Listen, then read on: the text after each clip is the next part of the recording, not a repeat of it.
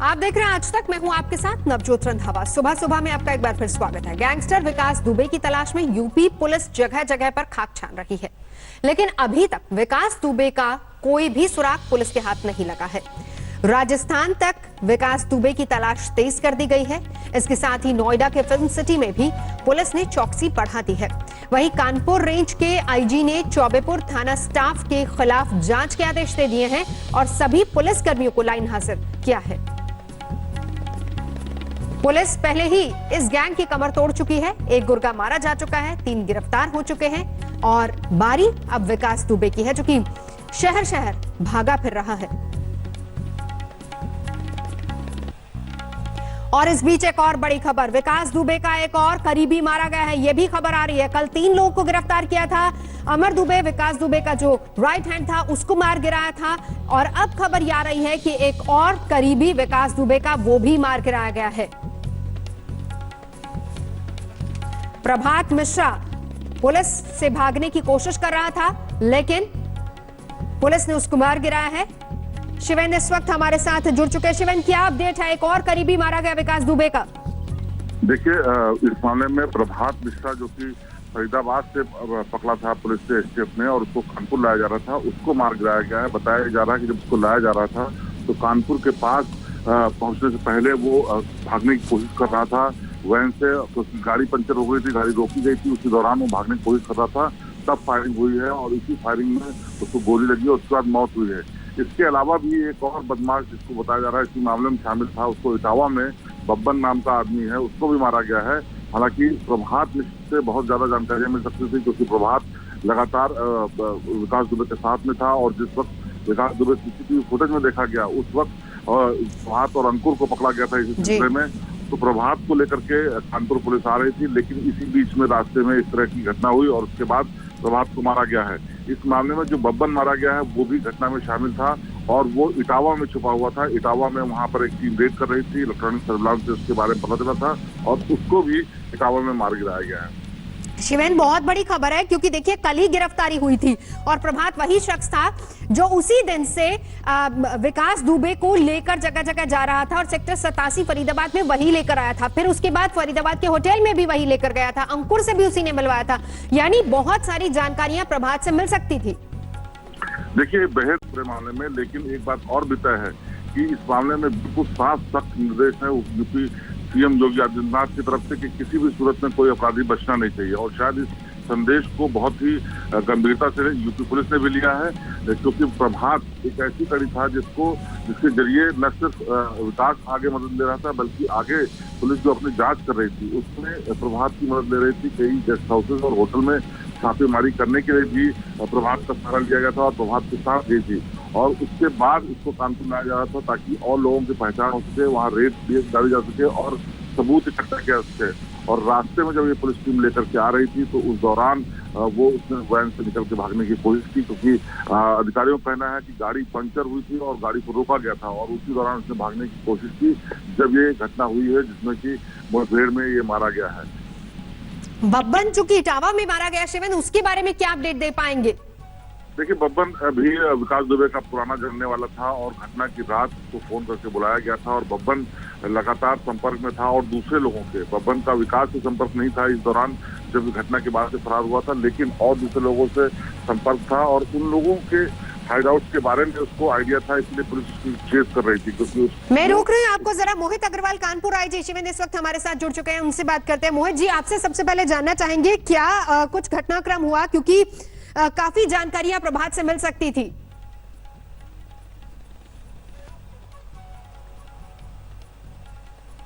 मोहित जी, मेरी आवाज आप तक आ रही है?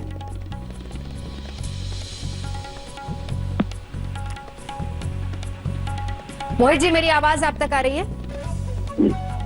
जी हाँ, बताइए। जी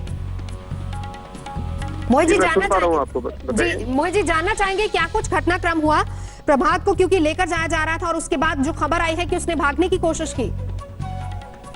जी हाँ, ये रास्ते में गाड़ी का पहिया पंचर हुआ है और जब जिस समय पंचर बनाया जा रहा था उसी समय इसने गोली मारते हुए ये भागा है हमारे एसआई की पिस्टल छीन के। और फिर पीछा हुआ है, उसी मुठभेड़ हुई है पुलिस की, उसकी गोली लगी है, इसको अभी इलाज के लिए हॉस्पिटल पहुंचवाया गया है। मोहित जी जरा विस्तार से बता पाएंगे इसको गोली लगी, अस्पताल में पहुंचाया गया या वो मारा गया है? इसको यहाँ से अभी हॉस्पिटल पर भेजा गया है, इलाज के लिए हॉस्पिटल भेजा गया है अभी। जी, अब पूरा घटनाक्रम बता पाएंगे मोहित जी, क्या कुछ हुआ था, किस दौरान और कहां पर एग्जैक्टली गाड़ी पंक्चर हुई थी? पूरी डिटेल आपको थोड़ी देर में बताई जाएगी इसके बारे में। जी, अभी मुख्य रूप से यही है कि ये हमारे एसआई की पिस्टल लेके करके भागा था, पुलिस ने इसका पीछा किया, फायरिंग हुई है दोनों तरफ से, जिसमें ये घायल हुआ है। जी, और जो बाकी लोग उसके साथ थे उनके बारे में क्या खबर है?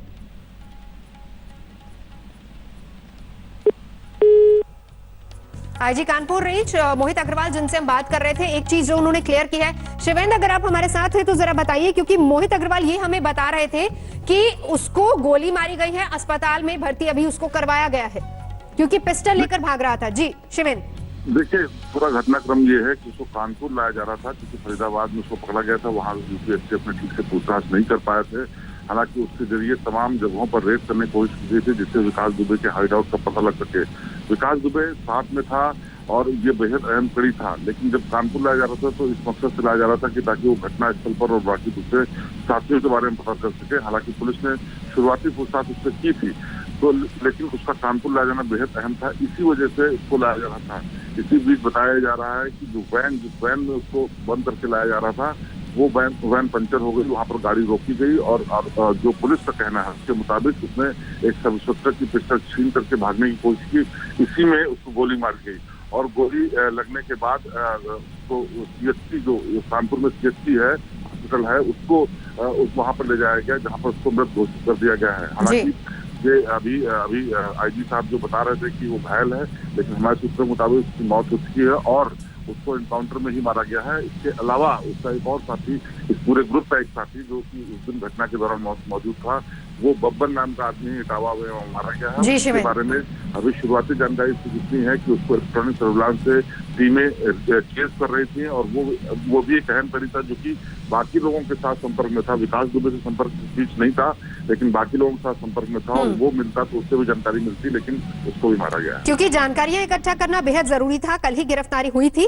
प्रभात की भी, लेकिन खबर जो आई जिस तरीके से हम आईजी साहब से भी बात कर रहे थे, उन्होंने कहा कि गोली लगी, लेकिन शिवेंद्र जो बता रहे हैं, हमारे सूत्र जो बता रहे हैं वो ये है कि वो मारा गया है। शिवेंद्र लाइन पर रहिए हमारे साथ, क्योंकि इस बारे में और अपडेट आपसे लेंगे। साथ ही साथ ये भी बता दें कि कानपुर से लौटकर लक्ष्मी सिंह ने डीजीपी को सौंपी जांच रिपोर्ट और सीओ मल्हार देवेंद्र मिश्रा द्वारा थानाध्यक्ष चौबेपुर विनय तिवारी के खिलाफ एसएसपी को लिखा गया था पत्र और जांच में सही पाया गया।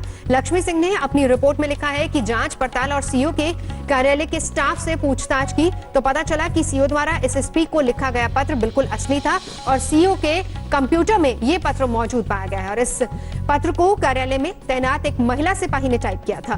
कंप्यूटर ऑपरेटर से लेकर एक स्टाफ तक ने एसएसपी को भेजे इस पत्र की पुष्टि की है। आईजी लक्ष्मी सिंह ने इस मामले की और गंभीरता से उच्च स्तरीय जांच किए जाने की सिफारिश भी की है।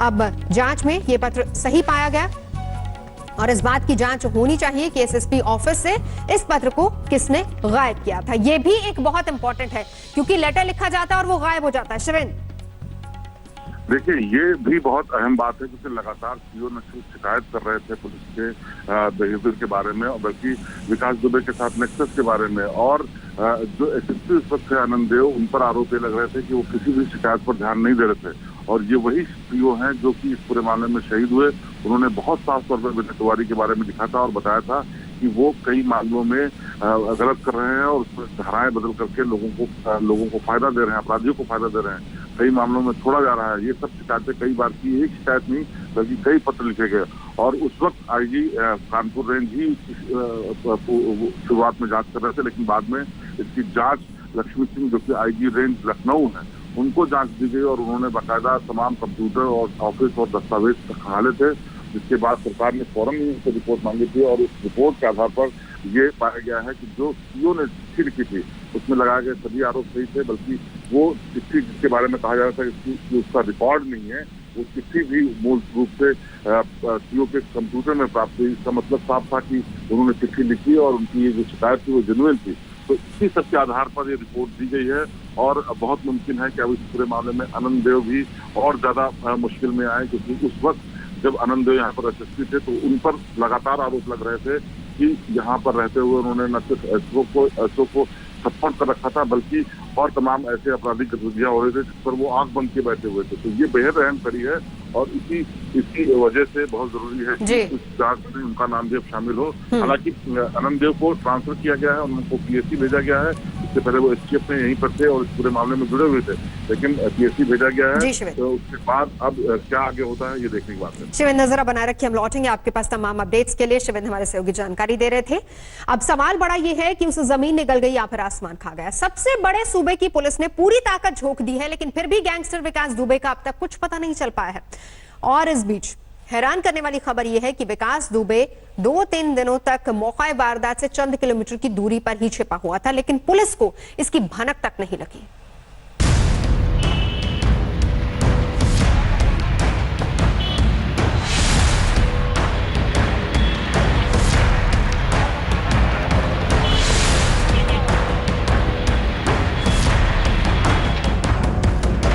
एक 120 घंटे से ज्यादा बीत चुके हैं, लेकिन सवाल अब भी वही है, कहां है गैंगस्टर विकास दुबे? पुलिस लगातार हाथ पैर मार रही है और विकास दुबे लगातार पुलिस की आंखों में धूल झोंक रहा है। वो यूपी से निकला, हरियाणा के फरीदाबाद में उसके होने की खबर मिली। फिर पुलिस ने राजस्थान और दिल्ली पर नजरें टिकाई। बिहार बॉर्डर पर भी चौकसी है और मध्य प्रदेश में भी तलाशी अभियान चल रहा है। 2.5 लाख का इनाम 5 लाख कर दिया गया है, लेकिन ना कहीं से कोई जानकारी मिल रही है और ना ही कोई सुराग। मतलब एक गैंगस्टर ने कई राज्यों की पुलिस के नाक में दम कर रखा है। हम लोग अपने साथियों की शहादत को वेस्ट नहीं जाने देंगे और जो भी कार्रवाई होगी वो विधिक होगी और ऐसी होगी जिन्होंने इस तरह की हिम्मत की है उनको हमेशा पछतावा होगा, नजीर बनेगा। अब चलिए सबसे हैरान करने वाला पहलू सुनिए। सूत्र बताते हैं कि बिकरू गांव में वारदात को अंजाम देने के बाद विकास दुबे ने 2 से 3 किलोमीटर दूर शिलवी गांव में अपने दोस्त के घर शरण ली थी और 2-3 दिनों तक वहीं छिपा रहा, लेकिन पुलिस को भनक तक नहीं लगी। इससे 2 बातें समझी जा सकती हैं। पहली ये कि या तो पुलिस का नेटवर्क बिल्कुल फेल था या फिर पुलिस में अपने नेटवर्क की वजह से वो बड़े आराम से वहां टिका रहा। यही नहीं, कानपुर से निकलकर वो बड़े आराम से फरीदाबाद तक पहुंच गया और अपने करीबी के घर शरण ली, होटल में भी टिका और फिर वहां से भी फरार हो गया। पुलिस एक बार फिर हाथ मलती रह गई। दरअसल होटल के बाहर लगे सीसीटीवी में जिस शख्स की तस्वीरें कैद हुई हैं वो विकास दुबे बताया जा रहा है। 2/3 की जुलाई की जो घटना थी उस दौरान पुलिस की लूटी हुई 9mm की 2 सरकारी पिस्टल, जो कि एक थाना बिठूर और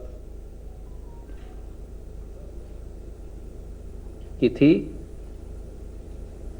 वो भी बरामद की गई है तथा 2 अन्य पिस्टल तथा 44 जिंदा कारतूस बरामद हुए हैं। बहरहाल फरीदाबाद में पुलिस को विकास दुबे के गैंग में कोरोना की एंट्री के भी सबूत मिले। विकास के जिस करीबी प्रभात की गिरफ्तारी हुई वो कोरोना पॉजिटिव निकला। यूपी पुलिस ने प्रशांत को ट्रांजिट रिमांड पर लिया है। इस बीच विकास दुबे की खोज में लगी पुलिस ने उसके 2 करीबियों को घेरा। अमर दुबे हमीरपुर में एनकाउंटर में ढेर हो गया और दूसरा श्यामू वाजपेयी कानपुर में एनकाउंटर में जख्मी हो गया।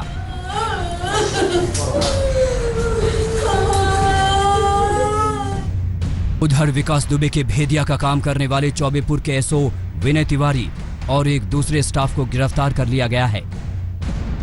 पूर्व एसओ विनय तिवारी एवं बीट प्रभारी के शर्मा को आज गिरफ्तार कर लिया गया है। इनको न्यायिक हिरासत में लिया जा रहा है। तमाम एविडेंस कलेक्शंस के बाद ये तथ्य सामने आया है ये जो पुलिस रेड के बारे में पहले से सूचित करने के बाद विकास दुबे के द्वारा अपने को सतर्क करते हुए चारों तरफ से हमला लगा के पुलिस वालों को मारा गया। पुलिस या एक्शन के बीच विकास दुबे को लेकर सियासत भी सुलग रही है। बताया जा रहा है कि विकास दुबे की पत्नी ने समाजवादी पार्टी की आजीवन सदस्यता ले रखी थी। आपके अधिकारी का नाम उसमें आ रहा है, आपके नेताओं का नाम आ रहा है, अपने मुंह से ले रहा है। मैं कहता हूं विकास दुबे का कोई इंटरव्यू दिखा दे जिसमें समाजवादी के नेता का उसने नाम लिया हो, आपके नेताओं का नाम आ रहा है, उसके बाद आप उसे छुपाने की कोशिश कर रहा हो। मुझे लगता है इससे ज्यादा शर्म की बात नहीं हो सकती भारतीय जनता पार्टी के लिए। विकास दुबे के साथ उसकी पत्नी और बेटा भी फरार है। अब यूपी पुलिस ने पूरे दुबे परिवार वाला पोस्टर भी छपवा लिया है और सारे बॉर्डर पर चिपका दिया है। विकास दुबे के लखनऊ वाले घर पर भी एलडीए ने नोटिस चस्पा कर दिया है और दस्तावेज मांग लिए हैं। लेकिन सवाल अब भी वही बना हुआ है कि आखिर कहां है वो गैंगस्टर। अपराधी का सर ऊंचा नहीं उठना चाहिए। अपराधी को उसके कृत्यों का कुकृत्यों का दंड मिले, इसके लिए हमारी सरकार प्रयत्नशील है। और आप देखो कि जिस तरीके से व्यापक पैमाने पर उत्तर प्रदेश के अंदर, उत्तर प्रदेश के बाहर भी जाके तलाश जारी है। सोचता हूँ जल्दी सारे अपराधी पकड़े जाएंगे। तलाशी हो रही है, ऑपरेशन चल रहे हैं, नाकेबंदी की जा रही है, लेकिन विकास दुबे नहीं मिल रहा है। बहरहाल खबर यह भी है कि दिल्ली के वकीलों को विकास दुबे से जुड़े कुछ लोगों ने अदालत में सरेंडर के नियमों को लेकर फोन किए। तो क्या विकास दुबे गिरफ्तारी से पहले सरेंडर कर देगा और एक बार फिर पुलिस हाथ मलती रह जाएगी? दिल्ली से अरविंद ओझा के साथ शिवेंद्र श्रीवास्तव, कानपुर आज तक। तो बड़ी खबर, विकास दुबे का एक और सहयोगी बब्बन शुक्ला भी मार गिराया गया है। पुलिस ने एनकाउंटर में उसको मारा है। इटावा में पुलिस ने रणबीर बब्बन शुक्ला को मार गिराया है। बब्बन शुक्ला पर भी 50,000 का इनाम था। सर्विलांस के जरिए उसको ट्रेस किया जा रहा था। बब्बन वही शख्स है जिसको घटना की रात बुलाया गया था। हालांकि जो खबर मिल पा रही वो ये कि उसका डायरेक्ट किसी तरह से कोई लिंक विकास दुबे के साथ नहीं था, संपर्क में नहीं था। लेकिन जो विकास दुबे के साथ गुर्गे थे बाकी, उनके साथ बब्बन का लिंक था और उन्होंने ही बब्बन को वहां से बुलाया था। यानी बब्बन के जरिए भी जो विकास का पूरा गैंग है उसके बारे में जानकारी मिल सकती थी। बब्बन शुक्ला को मार गिराया गया है। इटावा में उसको मारा गया है। सर्विलांस के जरिए उसको ट्रेस किया जा रहा था। घटना की रात भी बब्बन को वहां फोन करके बुलाया गया था। इसके बाद से ही बब्बन फरार चल रहा था। विकास दुबे के जो बाकी साथी हैं उनके साथ संपर्क में था, उनका करीबी माना जाता था बब्बन। लेकिन फिलहाल पुलिस ने उसको मार गिराया है। इटावा में एनकाउंटर में उसको मारा गया है। 50,000 का इनाम बब्बन पर भी था। रणवीर उसका नाम था, बब्बन शुक्ला के नाम से उसको जाना जाता था, लेकिन उसको मार गिराया है इटावा में क्योंकि पुलिस लगातार उसको ट्रेस कर रही थी। विकास दुबे और उसके तमाम साथी और खासकर वो जो घटना की रात उसके साथ मौजूद थे, एक करके पुलिस सबका काम तमाम कर रही है सीधे, क्योंकि मुख्यमंत्री योगी आदित्यनाथ इस पूरे मामले पर नजर बनाए हुए हैं। पुलिस किसी भी तरह का कोई जोखिम नहीं लेना चाहती है। एक एक करके विकास दुबे के साथियों को पकड़कर मार गिराया जा रहा है, सबका एनकाउंटर किया जा रहा है क्योंकि क्लियरली इंस्ट्रक्शंस दी गई हैं मुख्यमंत्री की तरफ से। शिवेंद्र इस वक्त हमारे साथ जुड़ चुके हैं। शिवेंद्र, बब्बन का लिंक किस तरीके से विकास के साथ जुड़ता है? हालांकि घटना की रात उसको बुलाया गया था वहां पर। देखिए, बब्बन भी विकास दुबे का बेहद करीबी था। हालांकि इस वक्त जब विकास दुबे फरार चल रहा है उस दौरान उसके साथ नहीं था, लेकिन बब्बन उस पूरी घटना के दौरान वहां सिर्फ न मौजूद था बल्कि अपराधी के साथ ही है। इस पर 50,000 का मुकदमा पहले भी है और वो कानपुर में रहने वाला है, जिसको अभी मारा गया है और इटावा में मारा गया है क्योंकि वो फरार होने की कोशिश कर रहा था, इधर उधर छुप रहा था और इलेक्ट्रॉनिक सर्विलांस की जो टीम है यूपीएससीएफ की वो लगातार उसका पीछा कर रही थी। और इसी के चलते जब उसके बारे में पुख्ता जानकारी मिली तो पुलिस टीम ने वहां पर रेड की, लेकिन इसने फरार होने की कोशिश की, जैसा कि पुलिस के सूत्र बताते हैं। और उसी दौरान ये मुठभेड़ हुई है, मारा गया है। ये भी बेहद अहम कड़ी था क्योंकि वो घटना के रात विकास दुबे के साथ तमाम गुंडे उसके मौजूद थे, उसमें एक बब्बन भी था और बब्बन का नाम रणबीर भी है और रणबीर और बब्बन पूरी घटना में मारा गया है। जी जी, शिवेंद्र नजरा बना रखे, शुक्रिया फिलहाल पूरी जानकारी के लिए। 50,000 का इनाम भी था बब्बन पर। आगे बढ़ेंगे, इस बड़ी खबर पर नजर लगातार बनी हुई है। बात कश्मीर की कर लेते हैं, जहां के बांदीपोरा इलाके में आतंकवादियों ने बीजेपी के पूर्व जिला अध्यक्ष की हत्या कर दी। अंधाधुंध फायरिंग में बीजेपी नेता के भाई और पिता की भी मौत हो गई है। लापरवाही बरतने के इल्जाम में बीजेपी नेता के सभी 10 सुरक्षा कर्मियों को गिरफ्तार कर लिया गया है।